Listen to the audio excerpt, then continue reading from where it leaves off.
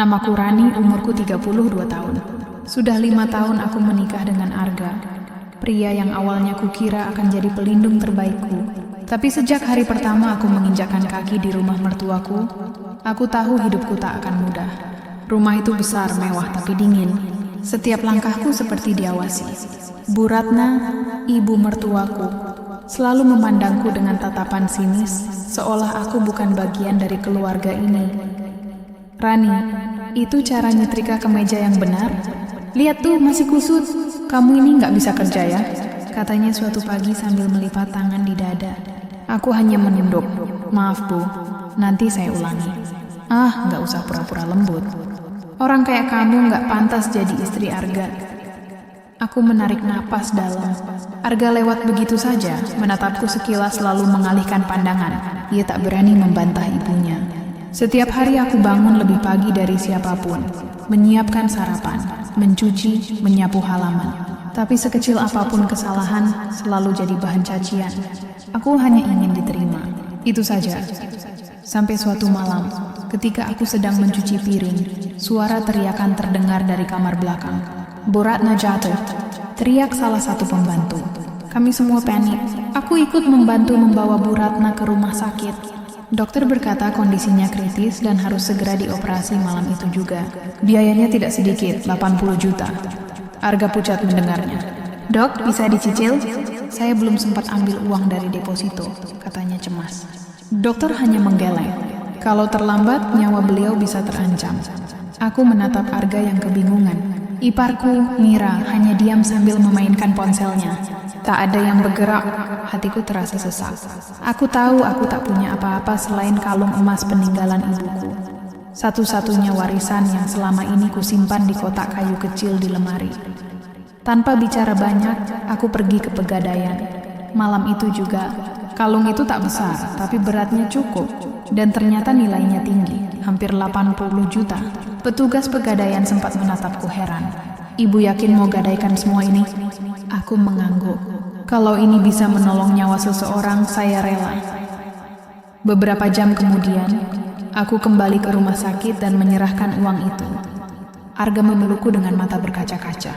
Terima kasih Rani, aku nggak tahu harus bilang apa. Aku tersenyum kecil. Nggak usah bilang apa-apa, yang penting ibu sembuh. Namun ketika aku masuk ke ruang rawat, Bu Ratna menatapku tajam. Kamu yang bayarin biaya operasi Rani? Aku mengangguk pelan. Iya Bu, ini uang hasil gadai kalung peninggalan ibu saya. Jawabnya dingin. Uang orang kecil kayak kamu bisa sebanyak itu? Jangan-jangan hasil pinjam sana-sini. Aku tercekat. Bukan Bu, saya... Sudahlah, nggak usah banyak alasan. Saya nggak suka berhutang budi. Aku menelan ludah, menahan air mata yang hampir jatuh. Di luar kamar, Arga mencoba menenangkanku. Sabar ya Ran, ibu belum stabil. Nanti juga lembut lagi. Aku mengangguk, meski dalam hati sudah tahu. Luka hari ini bukan yang terakhir. Operasi ibu mertua berjalan lancar. Dokter bilang kondisinya mulai stabil. Dan dalam waktu beberapa minggu beliau boleh pulang. Aku benar-benar bersyukur. Semua pengorbanan terasa tidak sia-sia. Setiap hari aku menjaga Bu Ratna di rumah sakit, menyuapi bubur, mengelap keringatnya, bahkan mengganti popoknya saat beliau tak sanggup ke kamar mandi. Tapi entah kenapa, semakin aku berusaha tulus, semakin dingin pandangannya padaku. Setiap kali aku datang, wajahnya seperti mengeras. Udah nggak usah repot-repot jagain saya Rani. Saya nggak nyaman diliatin orang yang saya nggak percaya, katanya pelan tapi tajam. Aku hanya tersenyum. Saya cuma mau bantu Bu, biar Arga bisa istirahat. Istirahat? Seharusnya kamu aja yang istirahat di rumah, nggak usah pura-pura jadi malaikat di depan anak saya. Ucapan itu menamparku lebih keras dari apapun. Aku diam tapi hatiku remuk. Arga datang beberapa kali, tapi dia sibuk. Setiap kali ku beritahu tentang sikap ibunya, dia hanya berkata, "Ibu masih sensitif Ran, jangan diambil hati." Seminggu kemudian, Bu Ratna diperbolehkan pulang. Semua keluarga berkumpul di rumah besar itu. Suasana seharusnya bahagia, tapi hawa aneh terasa di udara. Iparku, Mira, terus menatapku dengan senyum miring. Sore itu, aku sedang menyiapkan teh di dapur ketika ku dengar suara mereka berdua dari ruang tamu. "Bu, saya dengar Rani suka pegang perhiasan ibu waktu ibu di rumah sakit," kata Mira pelan. "Apa?" "Iya, Bu. Saya lihat sendiri waktu itu dia buka laci kamar ibu. Mungkin dia cuma cek-cek, tapi saya khawatir aja." Aku terpaku di balik pintu, tubuhku membeku. Mereka sengaja bicara keras agar ku dengar. Tak lama Bu Ratna memanggilku. "Rani, sini kamu." Aku melangkah pelan. "Ada apa, Bu?" "Mana gelang emas saya yang warna merah marun itu?" "Yang dari Singapura." Aku bingung. "Gelang, Bu? Saya nggak tahu. Jangan pura-pura. Cuma kamu yang bisa masuk kamar ibu waktu itu." Pembantu nggak berani. Jantungku berdegup kencang. "Bu, saya nggak pernah ambil apapun. Demi Tuhan, jangan bawa-bawa Tuhan. Kamu pikir saya bodoh? Semua orang tahu kamu pernah gadai kalung. Siapa yang jamin kamu nggak jual perhiasan saya juga?" Mira berpura-pura menahan Bu Ratna. "Sudah, Bu. Jangan marah-marah dulu. Nanti tekanan darah naik lagi." Aku menatap Mira dengan mata basah. Aku tahu dialah dalangnya. Sore itu Arga datang dari kantor. Bu Ratna langsung menangis di depannya. "Gak, ibu ini dituduh macam-macam sama pembantu. Katanya gelang ibu hilang, tapi cuma Rani yang bisa masuk kamar. Coba kamu pikir siapa pelakunya?" Arga menatapku, wajahnya bingung. "Rani, kamu benar nggak ambil gelang ibu?" Aku memandang suamiku lama. Air mata menetes pelan. "Aku nggak ambil apa-apa, Gak. Aku nggak seperti itu." Tapi pandangan matanya ragu. Dan itu lebih menyakitkan dari tuduhan apapun. Malam itu keluarga besar berkumpul. Semua mata tertuju padaku. Bu Ratna menuduhku mencuri. Mira menguatkan cerita dengan detail palsu. "Aku nggak nyangka Bu Rani tega. Padahal ibu udah anggap dia keluarga," ucap Mira berpura-pura sedih. Aku hanya bisa menangis. Tak ada yang membelahku. Akhirnya, Bu Ratna berkata dengan nada dingin, "Mulai malam ini, kamu nggak usah tinggal di rumah ini lagi. Saya nggak mau rumah ini ditempati pencuri." Aku terdiam, menatap Arga yang hanya menunduk. "Arga, kamu nggak akan diam aja kan?" Suaraku nyaris tak keluar. Ia menelan ludah, lalu berkata pelan, "Rani, sementara kamu di tempat kos dulu ya. Biar suasana tenang." Tubuhku lemas. Aku tersenyum getir.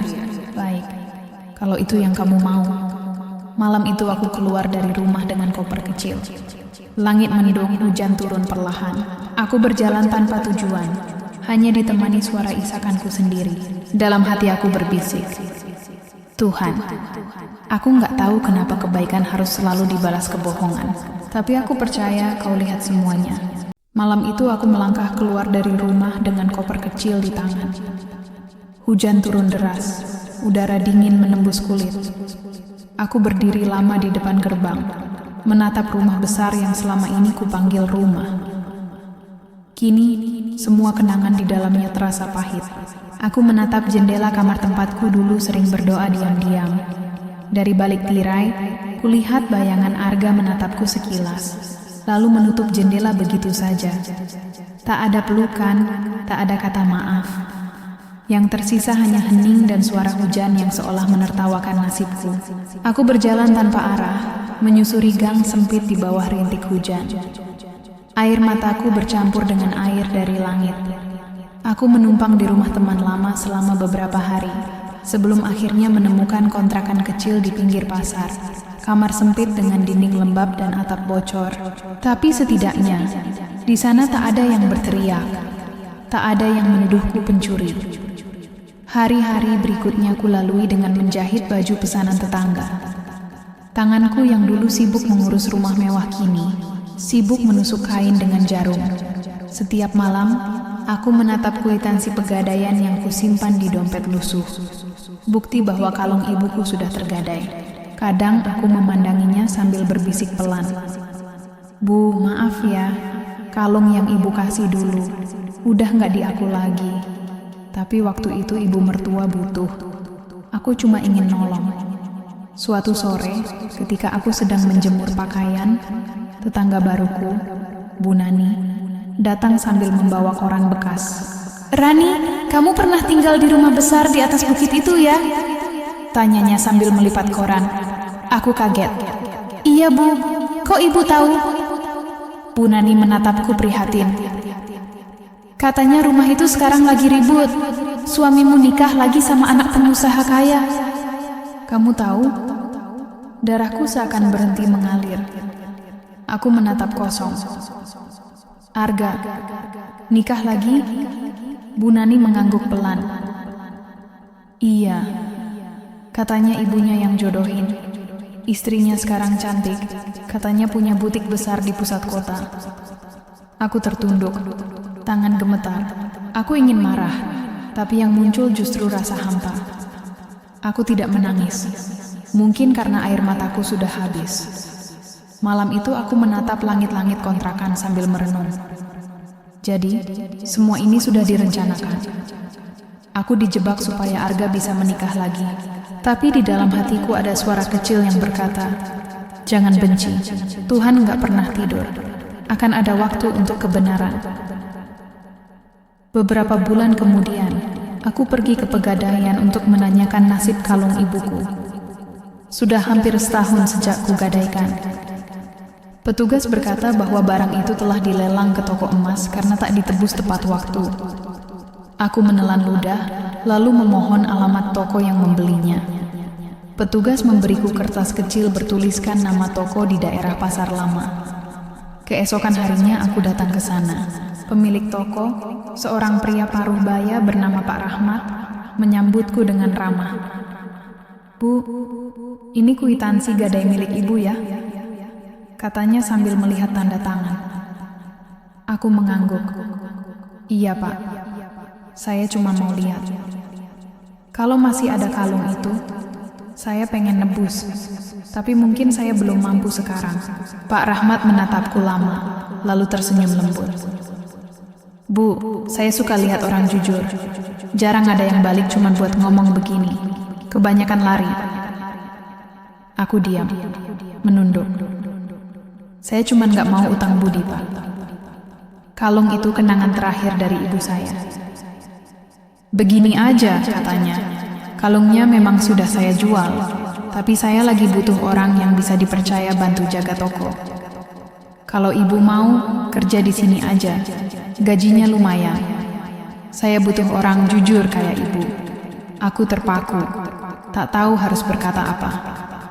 Mataku basah.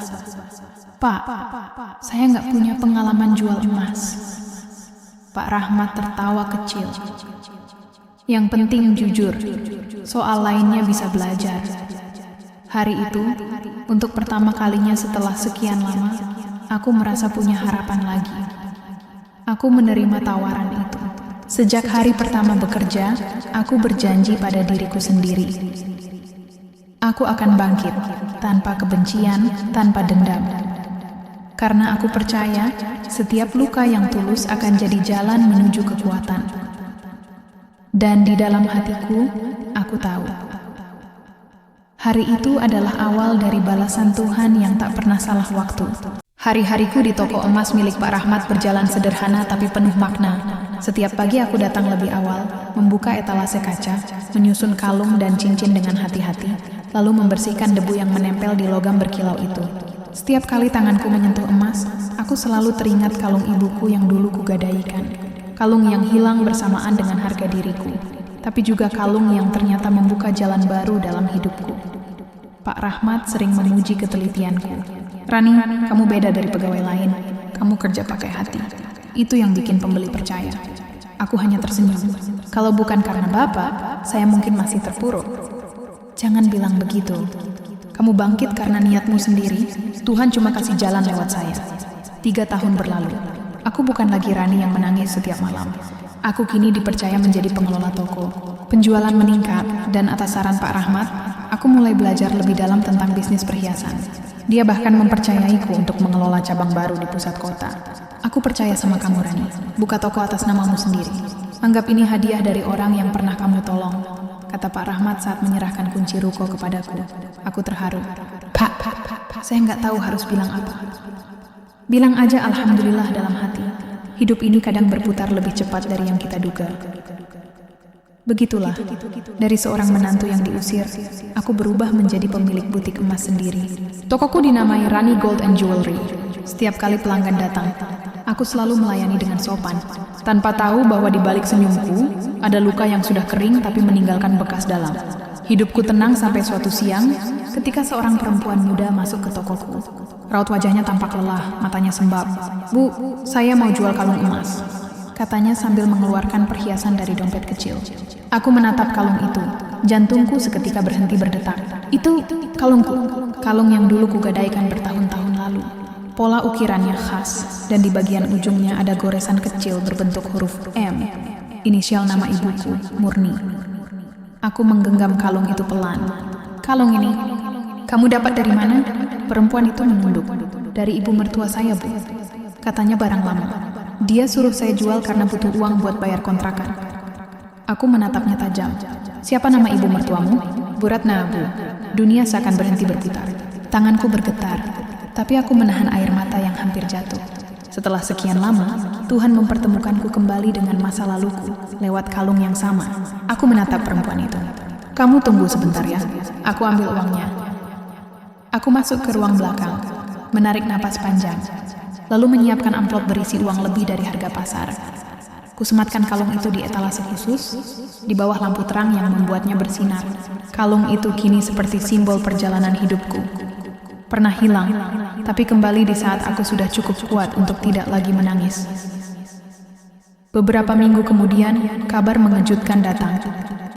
Salah satu pelanggan berkata bahwa keluarga Arga bangkrut besar. Perusahaannya ditipu oleh rekan bisnis baru. Rumah mewah mereka dijual, dan Bu Ratna kini tinggal menumpang di rumah kerabat. Aku hanya terdiam. Tak ada rasa senang, tak ada puas. Hanya diam panjang yang syarat makna. Sampai suatu sore, pintu tokoku terbuka. Seorang wanita tua masuk dengan langkah gontai. Bajunya lusuh, rambutnya kusut, wajahnya jauh berbeda dari dulu. Aku langsung mengenalinya, Bu Ratna. Ia berdiri di depan meja kasir, tangannya gemetar memegang tas kecil. "Selamat sore, Bu," kataku pelan. Ia mendongak, matanya menatapku lama. Air matanya jatuh. "Rani, ini benar kamu?" Aku tersenyum tenang. "Iya, Bu, Rani yang dulu Ibu usir dari rumah." Ia terisak. Maafkan Ibu khilaf. Ibu dibutakan gengsi dan iri. Setelah kamu pergi, hidup kami hancur. Arga ditipu, usahanya bangkrut, dan sekarang kami nggak punya apa-apa." Aku menatapnya, ada perih tapi juga iba. Tanpa berkata apa-apa, aku mengambil sesuatu dari etalase, kalung ibuku. Aku letakkan di tangannya. "Ingat ini, Bu, kalung yang dulu saya gadaikan buat biaya operasi ibu." Tangisnya pecah. "Rani, kenapa kamu masih mau baik sama ibu setelah semua yang ibu lakukan?" Aku menatapnya lembut. "Karena saya nggak mau jadi seperti ibu dulu, Bu. Dendam nggak akan bikin hidup saya tenang." Ia memelukku erat, menangis seperti anak kecil. Dan saat itu aku sadar Tuhan memang adil. Ia tidak selalu menghukum orang jahat dengan kesakitan. Kadang ia menyentuh hatinya lewat orang yang pernah disakitinya. Pelukan Bu Ratna terasa hangat tapi juga getir. Dalam dekapan itu, aku bisa merasakan penyesalan yang sesungguhnya. Wanita yang dulu berdiri sombong di atas harga diri orang lain, kini gemetar di depanku. Bukan lagi sebagai mertua yang berkuasa, tapi sebagai manusia yang kalah oleh hidupnya sendiri. "Ibu benar-benar minta maaf, Nak," katanya lirih. "Kalau waktu bisa diulang, Ibu nggak akan biarkan kamu keluar malam itu." Ibu malu, sangat malu. Aku menatap wajahnya, garis-garis keriputnya makin dalam, seolah menggambarkan semua dosa yang pernah ia lakukan padaku. Aku menarik kursi, mempersilakan dia duduk. "Bu, Ibu nggak perlu malu. Saya juga manusia, pernah salah. Dulu saya juga sempat marah, tapi saya belajar kalau dendam nggak pernah bikin hidup lebih baik." Ia menatapku tak percaya. "Kamu masih bisa bilang begitu setelah apa yang Ibu lakuin?" Aku tersenyum tipis. "Mungkin karena saya sudah terlalu lama belajar sakit, Bu. Jadi saya tahu rasanya lega ketika bisa memaafkan." Kami berbincang lama sore itu. Bu Ratna bercerita bagaimana Arga kini terpuruk setelah perusahaannya ditipu. Istrinya yang baru kabur membawa harta, meninggalkan dia dengan utang menumpuk. Aku hanya diam mendengarkan. Tak ada senyum kemenangan di wajahku. Yang ada hanya rasa kasihan, bukan pada mereka, tapi pada diriku yang dulu pernah percaya bahwa cinta dan kebaikan cukup untuk diterima. Sebelum pulang, Bu Ratna menggenggam tanganku. "Rani, Ibu nggak punya apa-apa lagi. Boleh nggak Ibu bantu-bantu di sini? Bersihin toko, ngelap kaca, apa aja. Ibu janji nggak bakal nyusahin." Hatiku tercekat. Wanita yang dulu memanggilku orang kecil, kini meminta pekerjaan dariku. Aku berdiri dan mengambil sebuah amplop dari laci. Di dalamnya ada surat hibah kecil dan kunci rumah sederhana. Ini bau, kataku pelan. Apa ini?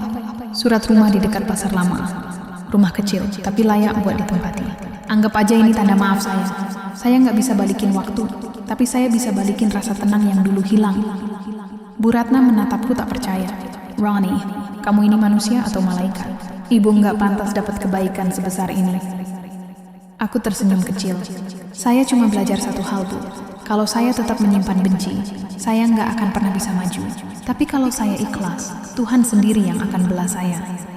Tangisnya pecah lagi. Ia memelukku, dan kali ini aku balas memeluk tanpa keraguan. Pelukan itu lama. Aku bisa merasakan beban yang dulu menumpuk di antara kami perlahan luruh, seperti kabut yang terangkat saat matahari terbit. Beberapa minggu kemudian, hidupku berjalan tenang. Bu Ratna kini tinggal di rumah yang kuberikan, dan kadang datang ke tokoku hanya untuk menemani. Kadang kami minum teh bersama di depan toko sambil tertawa kecil mengenang masa lalu. Suatu hari ia berkata, "Rani, kamu tahu nggak? Ibu dulu takut miskin, makanya ibu kejam. Tapi ternyata yang paling miskin itu bukan yang nggak punya uang, tapi yang nggak punya hati." Aku hanya menatapnya sambil tersenyum. Kata-katanya menancap dalam, dan dalam hati aku bersyukur. Akhirnya, bukan hanya hidupku yang berubah, tapi juga hatinya. Sore itu aku berdiri di depan toko, menatap papan nama Rani Gold and Jewelry yang berkilau di bawah sinar matahari. Kalung ibuku masih kusimpan di etalase kaca bagian tengah, bukan untuk dijual, tapi sebagai pengingat bahwa dari benda itulah semua perjalanan ini dimulai. Dari pengorbanan, dari fitnah, dari air mata, hingga akhirnya berakhir pada keikhlasan. Aku menatap langit pelan-pelan dan berbisik dalam hati, "Tuhan, terima kasih. Engkau buktikan bahwa tak ada kebaikan yang sia-sia, meski dunia sempat menertawakan." Sore itu angin berhembus lembut, dan aku merasa tenang. Mungkin untuk pertama kalinya dalam hidup, bukan karena aku menang, tapi karena aku berhasil memaafkan tanpa kehilangan harga diri. Inilah hikmah yang bisa kita ambil dari ceritaku. Kadang orang yang paling menyakiti kita adalah guru terbaik dalam hidup. Dari mereka, kita belajar cara berdiri tegak tanpa benci, cara memberi tanpa pamrih, dan cara membalas kejahatan dengan ketulusan. Karena sesungguhnya, balas dendam paling indah adalah ketika kita bahagia tanpa harus membuat mereka menderita.